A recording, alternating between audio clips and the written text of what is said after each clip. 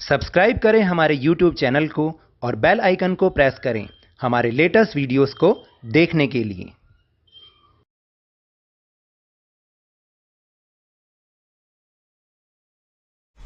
Hello and welcome to Lavnish sir की क्लास। आज की ये शिक्षा निदेशालय राष्ट्रीय राजधानी क्षेत्र दिल्ली की वर्कशीट नंबर G8 यानी कि जेनेरिक 8 जो कि कक्षा 7वीं और 8वीं के विद्यार्थियों के लिए है। यह ली गई है जेनेरिक सामाजिक विज्ञान के विषय से और इसमें आज हम बहुत ही इम्पॉर्टेंट इशू जो है आजकल बहुत ज़्यादा वो फैला भी हुआ है यानी कि कोरोना वायरस, उसके बारे में इस वर्कशीट में हम बात करेंगे। आपको ये काम जो है अपनी सामाजिक विज्ञान की कॉपी में ही करना है। तो चलिए बिना समय गंवाए शुरुआत करते हैं मेरे साथ और समझने की कोशिश करते हैं। कोरोना वायरस एक खतरनाक वायरस है। जब आप आम तौर पर फ्लू से बीमार होते हैं तो आपको बुखार, सर्दी और खांसी होती है और डॉक्टर आपको दवाएं लिखते हैं और आप ठीक हो जाते हैं। लेकिन जब कोरोना वायरस फ्लू देता है तो यह कभी कभी लोगों की सांसों को प्रभावित करता है और उनके शरीर को कमज़ोर कर देता है, जिससे उनको मौत भी आ सकती है। अब आप समझे कि आखिर कितना गंभीर वायरस है ये। यह वायरस कई रूपों में फैला हुआ है। वर्तमान में 4 उल्लेखनीय रूप हैं, यानी इसके 4 वेरिएंट हैं जो कि हैं B.1.1.7 alpha, B.1.351 beta, P.1 gamma और B.1.617.2 डेल्टा। ये बहुत ही खतरनाक रूप हैं इसके। और देखिए यहाँ पर चित्र भी दे रखा है इस वायरस का, आप देखें ध्यान से। ये एक्चुअली बहुत ही उसको जूम करा गया है क्योंकि वैसे तो नज़र आता नहीं है, तो सूक्ष्मदर्शी से भी काफ़ी इसको जूम किया गया, तब जाके इसकी तस्वीर हमारे सामने आई है। ये वायरस अन्य वायरस की तुलना में अधिक आसानी से और तेज़ी से फैलते हैं, जिससे कोविड-19 के अधिक मामले होते हैं। यानी वायरस तो और भी हैं और उनसे भी लोग बीमार होते हैं, लेकिन ये जो वायरस है कोरोना वायरस, ये दूसरे वायरस की तुलना में बहुत जल्दी से और आसानी से फैल रहा है। मरीजों की संख्या में वृद्धि होने से स्वास्थ्य देखभाल संसाधनों पर भी अधिक दबाव पड़ता है। यानी आप देखिए कि जब ज़्यादा मरीज एक साथ आ जाएंगे तो जो हमारे हॉस्पिटल्स हैं, जो स्वास्थ्य सेवाएं, उन पर दबाव बढ़ने लग जाता है। अस्पताल में मरीज अधिक भर्ती होने और संभावित रूप से अधिक मौतों का कारण बनती हैं। यानी इससे क्या होता है कि अस्पताल में जब अधिक मरीज भर्ती हो जाते हैं तो इससे हमारे जो स्वास्थ्य देखभाल के संसाधन हैं उन पर तो दबाव पड़ता ही और संभावित रूप से अधिक मौत भी हो जाती है। किसके कारण? कोरोना वायरस के कारण। अब तक के अध्ययनों से पता चलता है कि मौजूदा अधिकृत टीके सर्कुलेटिंग वेरिएंट पर काम करते हैं। यानी जो टीके हैं वो इस वेरिएंट पर काम कर रहे हैं। भारत में उपलब्ध टीके कोविशील्ड, कोवैक्सीन और स्पुतनिक वी या स्पुतनिक 5 हैं। दुनिया के अन्य देशों में उपलब्ध कुछ टीकों में Pfizer, Moderna, Johnson and Johnson, Sinopharm, CoronaVac और नोवावैक आदि शामिल हैं। यानी ये दुनिया में उपलब्ध टीके हैं और धीरे धीरे हर देश इसके खिलाफ नया टीका बनाने की कोशिश कर रहा है ताकि ये बीमारी, इसके कोई भी रूप दुनिया में कहीं ना फैले। फिर कोविड-19 से खुद को सुरक्षित रखने के लिए हमें निम्न कदम उठाने ज़रूरी हैं, तभी हम इससे बच सकते हैं। तो कोरोना वायरस से बचने के लिए क्या कदम उठाने पड़ेंगे? आपके लिए उपलब्ध होने पर कोविड-19 वैक्सीन को अवश्य लगवाएं। जब भी आपके लिए उपलब्ध हो तो कोविड-19 अवश्य लगवाएं। अपनी और दूसरों की सुरक्षा में मदद करने के लिए अपनी नाक और मुंह को ढकने वाला ही मास्क पहनें, जिससे न केवल आप बचेंगे बल्कि दूसरे भी बचेंगे। जो आपके साथ नहीं रहते उनसे 6 फीट की दूरी बनाकर रहें। भीड़ भाड़ और खराब हवादार इंडोर स्थानों से बचें, यानी कि जहां भीड़ भाड़ हो और जहां पर हवादार स्थान ना हो, तो ऐसे स्थानों पर जाने से बचें। अपने हाथों को बार बार साबुन और पानी से धोएं।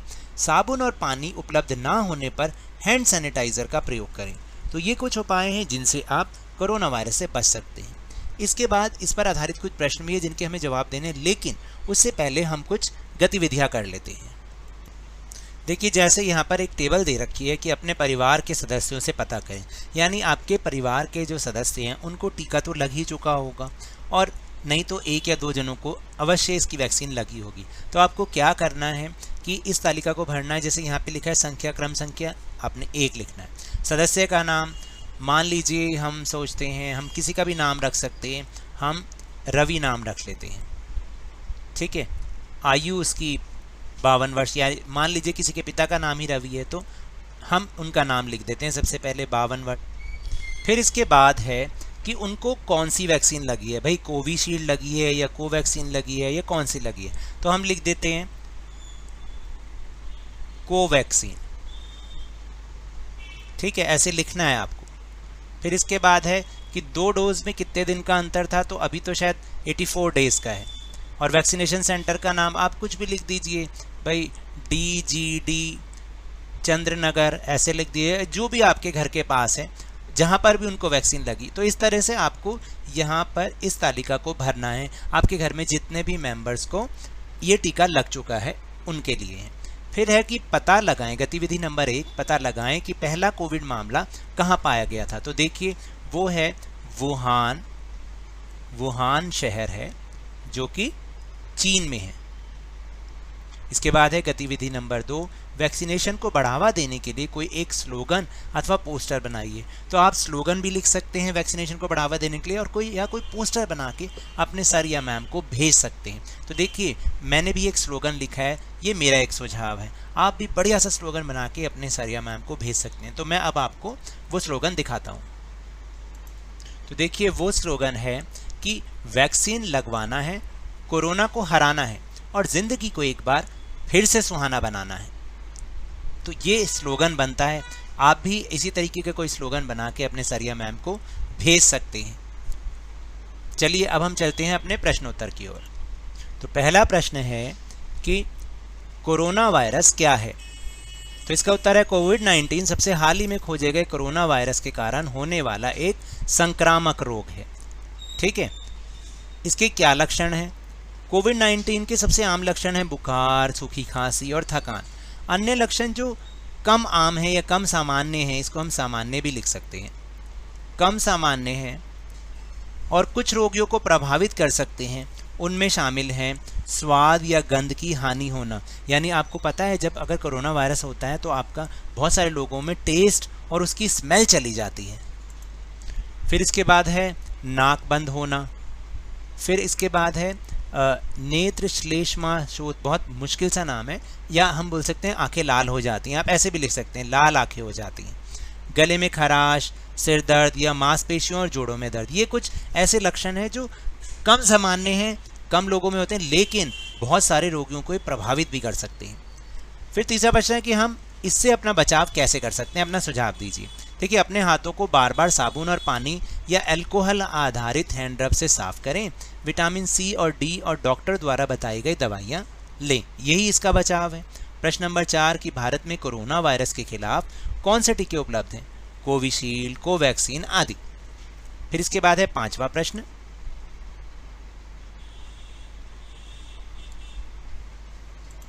पांचवा प्रश्न है कि कोरोना के विभिन्न रूप क्या हैं।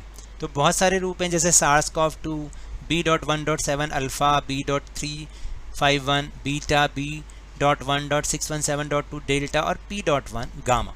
तो ये तो थी आज की वर्कशीट। अगर मेरे इस तरह समझाने से आपको थोड़ा सा भी समझ में आया हो तो इस चैनल को ज़्यादा से ज़्यादा सब्सक्राइब कीजिए, लाइक कीजिए और बहुत ज़्यादा शेयर कीजिए। और हाँ, मेरे साथ इसी तरह आसानी से वर्कशीट को समझते रहिए, लेकिन ध्यान और मन लगाकर पूरी मेहनत और लगन के साथ ऑनलाइन ही सही पढ़ते ज़रूर रहिए। और इस चैनल को जल्दी से जल्दी 50K तक पहुंचा दीजिए। और याद रखिए कोरोना वायरस तो फैल ही रहा है, तो जब भी बाहर जाएं अपना मास्क अवश्य लगा के जाएं, और जब भी आपकी बारी है इसका टीकाकरण अवश्य कराएं, क्योंकि कोरोना को हराना है और ज़िंदगी को एक बार फिर से सुहाना बनाना है। इसी उम्मीद के साथ बहुत बहुत धन्यवाद।